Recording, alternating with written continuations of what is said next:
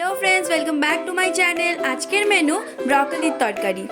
ব্রকলির তরকারি বানানোর জন্য তেল গরম করে তাতে ব্রকলিগুলো দিয়ে হালকা করে ভেজে নেব। ব্রকলিগুলো ভাজা ভাজা হয়ে গেলে একটা থালায় তুলে নেব। এবার তেলে তেজপাতা, গোটা জিরে ফোড়ন দিয়ে তার মধ্যে পেঁয়াজ, কাঁচা লঙ্কা, মটরশুঁটি, ক্যাপসিকাম, গাজর দিয়ে ভালো করে মিশিয়ে নেব। তার মধ্যে স্বাদ মতো নুন দিয়ে আবার ভালো করে মিশিয়ে নেব। তারপর তাতে গোটা জিরে ও আদার পেস্ট দিয়ে ভালো করে মিশিয়ে নেব। তারপর তাতে হলুদ গুঁড়ো,